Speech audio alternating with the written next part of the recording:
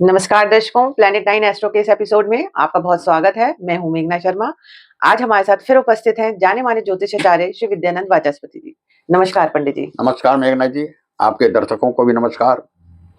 दर्शकों, आज हम पंडित जी से जानेंगे कि कर्क राशि के जातकों के लिए मार्च 2026 का महीना कैसा रहेगा। तो पंडित जी, आप हमारे दर्शकों को जानकारी दें कि कर्क राशि के लिए मार्च कैसा रहेगा। कर्क राशि का स्वामी चंद्रमा होते हैं जी। और मार्च के आरंभ में ही 2 मार्च को ही पूर्ण चंद्र ग्रहण है जी। इस चंद्र ग्रहण में सूतक सुबह 9:39 से लग जाएगा जी। और सूतक समाप्त होगा शाम 6:46 पर और चंद्रोदय होते के साथ ही ग्रहण दिखलाई पड़ेगा जी। संपूर्ण भारत में दिखलाई पड़ेगा।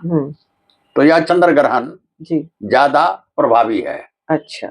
अब कर्क राशि के स्वामी है चंद्रमा। जी जी। तो चंद्रमा मन का प्रतिनिधित्व करने वाला ग्रह है जी। और जब ग्रहण लगेगा मन में बेचैनी होगी और बेचैनी होगी तो बेचैनी से तो स्वास्थ्य भी खराब होता है। स्वास्थ्य पर ध्यान रखें जी। बेचैन न हो बल्कि अध्यात्म की ओर झुकें। अब चंद्र ग्रहण रात में जब समाप्त हो तो कल सुबह होकर उपाय अभी ही बदला दे रहे हैं। अच्छा। कल सुबह होकर शिव जलाभिषेक अवश्य करें। जो कर्क राशि के जातक जो कर्क राशि के जातक हाँ, हैं विशेषकर क्योंकि चंद्रमा में ही ग्रहण लग रहा है। हाँ, इसलिए जी। तो जलाभिषेक करने से शिव जलाभिषेक करने से मन में बेचैनी समाप्त हो जाएगी जी। और इसका प्रभाव कम से कम अगले पूर्णमासी तक तो अवश्य ही रहेगा जी। तो इससे बचने के लिए ये उपाय अवश्य करें। जी जी। स्वास्थ्य पर ध्यान रखें जी। मन को बेचैन नहीं होने दें। कोई है तो ही जो राम रची राखा यह समझकर अपने मन को शांति प्रदान करें तो अच्छा रहेगा जी। अब आते हैं द्वितीय भाव कर्क राशि के लिए। द्वितीय भाव धन भाव जी। अब धन भाव सिंह राशि का है जी। जहां केतु की स्थिति है और चंद्रमा भी वही है। जी जी। अब उन पर ग्रहण लग रहा है जी। यानी चंद्रमा पर ग्रहण जो लग रहा है इस बार वो सिंह राशि पर ही लग रहा है जी। तो सबसे ज्यादा प्रभावित सिंह राशि के जातक ही होंगे। कर्क राशि और सिंह राशि दोनों। अच्छा। इसलिए कि सिंह राशि के स्वामी सूर्य हैं और सूर्य आत्मा का कारक ग्रह है। पिता का भी प्रतिनिधित्व करते हैं, सरकार का भी प्रतिनिधित्व करते हैं। तो आत्मा भी बेचैन होगा। चंद्रमा के कारण मन बेचैन, सूर्य के कारण आत्मा बेचैन जी। तो ये विशेष प्रभाव डालेगा स्वास्थ्य पर। स्वास्थ्य के प्रति सजग रहें। सूर्य पिता का प्रतिनिधित्व करता है तो पिता का भी स्वास्थ्य का ध्यान रखें। मतभेद न हो ऐसा उपाय करें।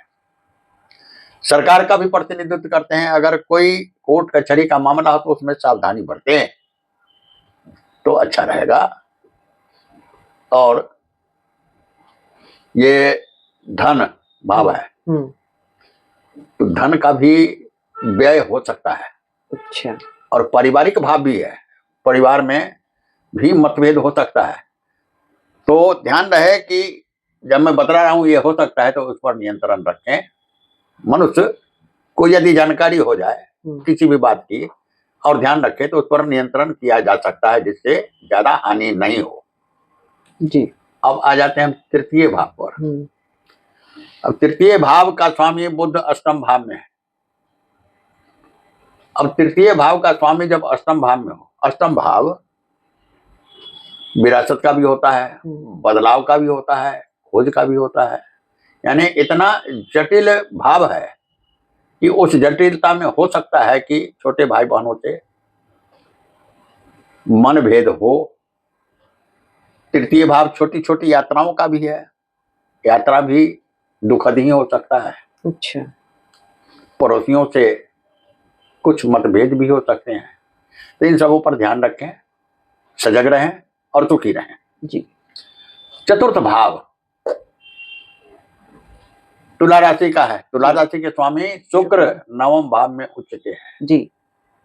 भाग्य वृद्धि कर रहे हैं। कैसे भाग्य वृद्धि करेंगे? शनि स्थित है वहां पर। शनि परिश्रम भी ढूंढते हैं, नैतिकता भी ढूंढते हैं। नैतिकता पर चलिए, परिश्रम कीजिए, निश्चित रूप से माता का सुख प्राप्त होगा, घर का सुख प्राप्त होगा और वाहन का भी सुख प्राप्त होगा। संपत्ति की वृद्धि भी हो सकती है, लेकिन नैतिकता और परिश्रम इन दोनों से भागिए नहीं। आ जाइए पंचम भाव। पंचम भाव संतान भाव, शिक्षा भाव, प्रेम भाव, निवेश भाव है जी। मंगल अष्टम भाव में। अब भले गुरु की दृष्टि अष्टम भाव पर पड़ रही हो जी, तो यहाँ पर आप बहुत ज्यादा होगा, तो अध्यात्म की ओर आपका झुकाव होगा, लेकिन पंचम भाव के लिए ये सुखद समाचार नहीं होगा। अच्छा, संतान की ओर से शुभ समाचार नहीं मिलेगी। संतान के प्रति चिंता भी हो सकता है जी। प्रेम संबंध में भी भटकाव हो सकता है। निवेश तो बिल्कुल नहीं करें जी, निवेश करने से लाभ नहीं होगा।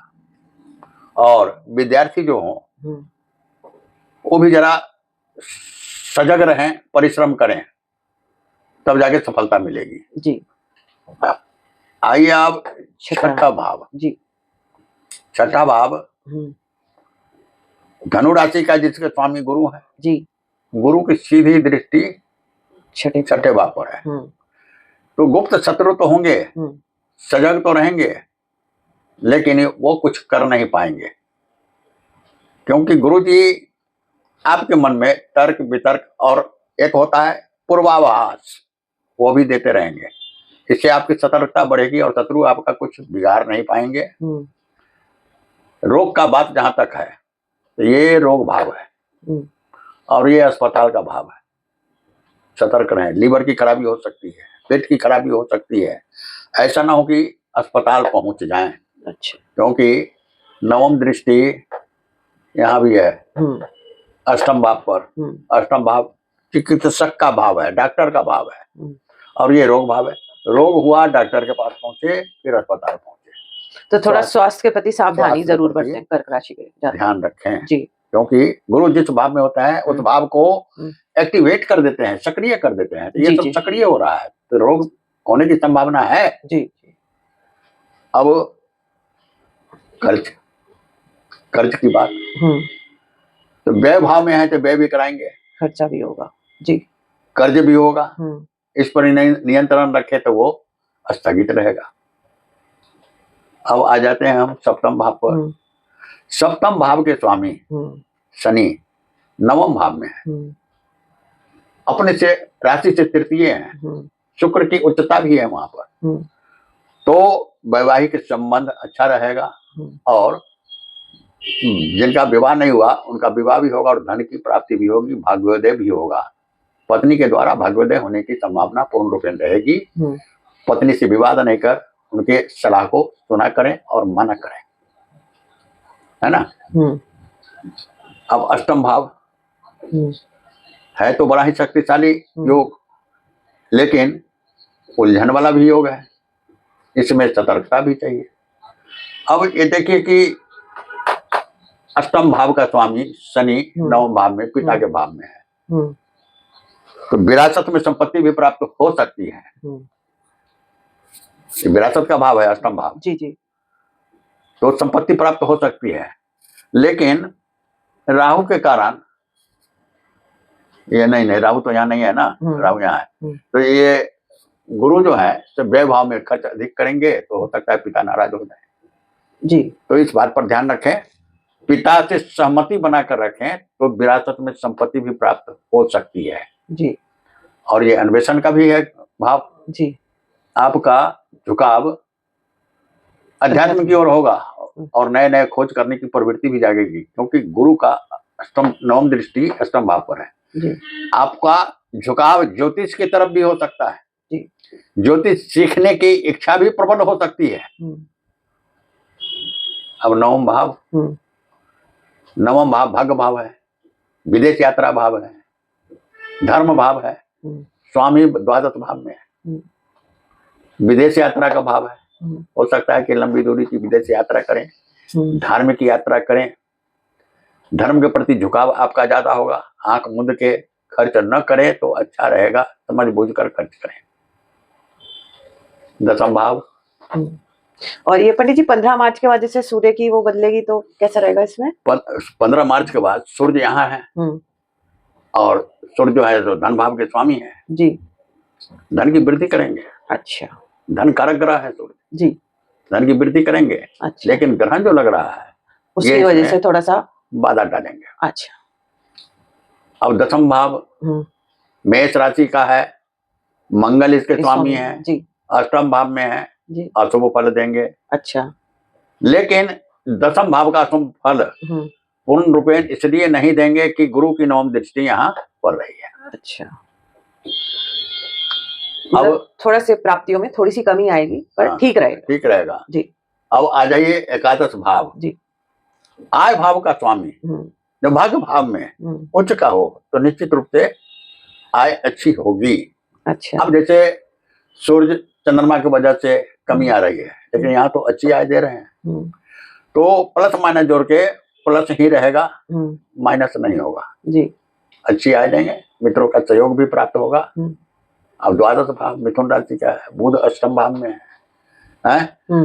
अब मिथुन राशि का स्वामी बुध अष्टम भाव में, अष्टम भाव भी दूरी यात्रा का भाव है, इसलिए दूरी यात्रा का है कि देखिए ये द्वादश है, द्वादश से नवम है अष्टम भाव। नवम भाव जहां आया कि दूर की यात्रा विदेश यात्रा ला देगा और गुरु यहाँ विदेश यात्रा के लिए बैठे हुए हैं ही नवम भाव के स्वामी होकर के, तो अपना खर्च भी करें, विदेश यात्रा भी करें, धार्मिक यात्रा भी करें, समझ बूझ कर करें, स्वास्थ्य के प्रति सजग रहें कि अस्पताल नहीं पहुंच जाएं।